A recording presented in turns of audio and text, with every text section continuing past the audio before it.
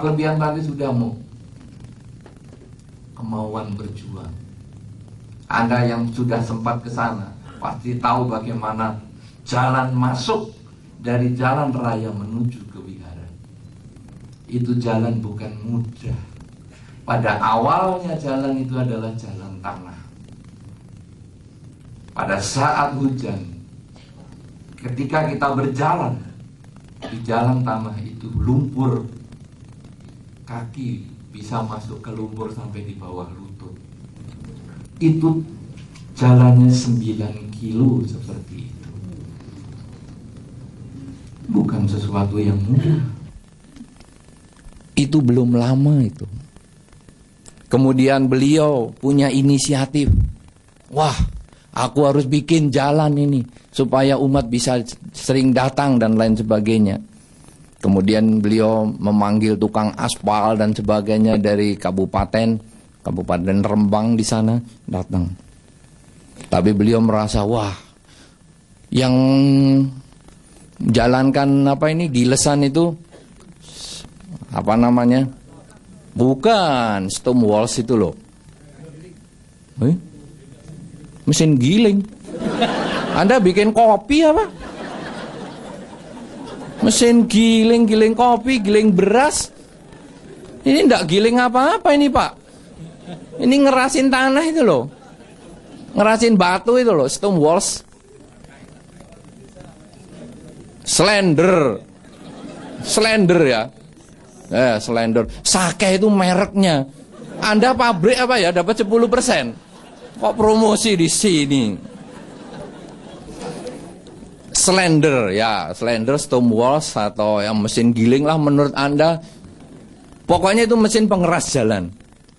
Dia Bante Sudarmo almarhum berpikir, wah, ini kalau saya ngikuti yang pekerja jalan, itu hanya kerja jam 8 pagi, jam 4 sore pulang. Lalu apa yang beliau lakukan? Mungkin Anda tidak terpikir itu. Beliau belajar nyetir itu. Dan setelah tukangnya pulang, beliau yang ngerjakan. Jalan begini, terus. Luar biasa itu, saudara.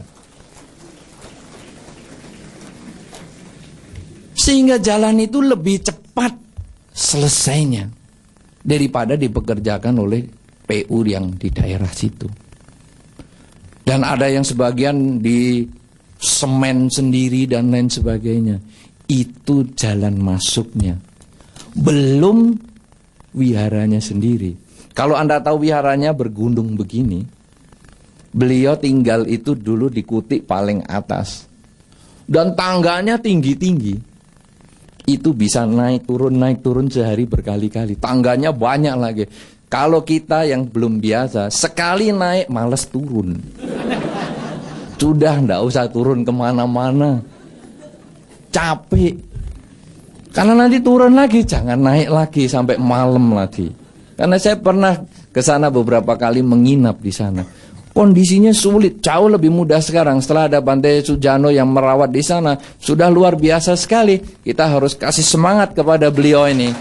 Ya. Berdiri, Bante Sujano berdiri. Belum kenal toh Anda? Ini luar biasa. Orang belum kelihatan, berdiri lagi. Naik kursi kalau perlu, karena itu banyak yang belum kelihatan. Berdiri lagi tuh, mau pada lihat lagi tuh. Ayo berdiri lagi. Yang lama dikit senyum. Begitu. Ya, karena beliau juga yang menyelesaikan, ada itu menunggu untuk makamnya itu diselesaikan seperti Borobudur dan sebagainya. Itu luar biasa sekali. Memang salah satu cita-cita Bante Sudarmo pada saat itu adalah membangun Borobudur. Tetapi beliau tidak sempat menungguin. Ya, sehingga akhirnya ya setelah beliau meninggal baru dibangun Borobudur seperti itu. Itu dulu kita waktu naik itu sulit dan air sangat sulit sekali. Kesulitan air di sana, digali sampai 100 meter ke dalam pun tidak ketemu air. Anda bisa bayangkan kalau di Jakarta mungkin hanya 16 meter sudah dalam sekali. 100 meter ke dalam. Gedung ini aja naik ada 100 meter, Pak Albert? Tidak ada kan? Gedung ini dari landasan 0 ke atas nggak ada 100 meter kan? Ada nggak?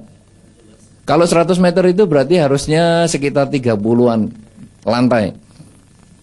Saya kira enggak nyampe. Itu galian sampai 100 meter. Dan itu digali dari bawah, karena ini bentuknya gunung supaya airnya bisa tercukupi. Digali dari paling bawah dan dibeton. Supaya apa? Supaya airnya enggak lari kemana-mana. Jadi dibeton, beliau mengatakan, ini sumur termahal. Sumur dicor. Dibeton kemudian dinaikkan, disedot pakai pompa, naik ke tampungan pertama. Sedot lagi, naik lagi. Ada berapa? 3 ya? Bante Sudano? Ada 3 tampungan atau berapa itu yang di sana? 3 toh? Naik sampai atas, baru nanti dari atas diluncurkan airnya. Itu luar biasa sekali. Nah, kalau kita lalu merenung ini, lalu kita lalu berpikir, wah kalau beliau bisa begitu, apa sekarang yang harus kita kerjakan? Apakah kita hanya mengagumi? Wah hebat sekali. Tentu kita harus menyadari bahwa kalau dia bisa, kita juga harus bisa. Paling tidak bisa meneruskan. Kenapa? Karena ini merupakan satu hal yang mendukung kita untuk punya pola pikir yang maju. Kasus pada malam hari ini adalah kasus Wihara di Lasem. Tetapi Anda boleh kembangkan ini untuk kehidupan Anda sehari-hari. Ketika Anda melihat suksesnya Indonesian Idol, gimana ya caranya supaya saya paling tidak jadi Wihara Idol? Ya lokal dulu lah. Jangan malah, sudahlah, ke wihara ya boleh, ndak ya ndak apa-apa, udah tidur aja. Kalau waktunya semua orang kebaktian kita tidur, ya tidur memang bukan karma buruk, tapi hilang kesempatan berbuat baik, kan sayang. Jadi kita bisa jadi wihara idol kan lumayan. Terus kita aktif di sana, menyanyi di sini, apa-apa, kan bisa juga bagus. Karena kita melihat kelebihan orang, ikut, jangan iri. Wah dia kok bisa, saya santet saja. Biar nanti hancur. Jangan, kita jangan iri hati, justru itu jadikan guru karena kita baru bisa maju. Sebaliknya kita juga punya kekurangan, kita sering melihat orang yang ada kekurangannya. Misalnya, jarang ke wihara, jarang aktif di wihara. Kalau gitu aku tidak mau meniru gayanya dia. Aku harus mau lebih aktif, aku harus lebih bisa berkarya. Baik di wihara atau di masyarakat, apa yang mana saja. Selama Anda bisa menjadikan orang-orang yang di luar Anda, baik yang masih hidup atau yang sudah meninggal sebagai guru, kelebihan diikuti, kekurangan dihindari, kelebihan Anda ditingkatkan, kekurangan Anda diperbaiki, maka Anda akan bisa melihat kesuksesan itu yang buat adalah kita sendiri. Oleh karena itu saudara-saudara, cengbeng menjadi tradisi untuk kita berkunjung ke makam orang yang kita kenal. Cengbeng sebagai sarana untuk kita bisa sukses ketika kita menyadari kelebihan dan kekurangan orang itu untuk perbaikan kualitas diri kita sendiri, sehingga akhirnya setiap kali kita pulang acara cengbeng, kita menjadi lebih baik, lebih baik. Kalau tahun lalu saya sudah lebih baik, sekarang harus lebih baik lagi. Tahun depan lebih baik lagi, lebih baik dan lebih baik. Akhirnya kesuksesan akan datang terus-menerus seiring dengan cengbeng yang kita ikuti terus-menerus sampai akhirnya kita dicengbengi. Terima kasih.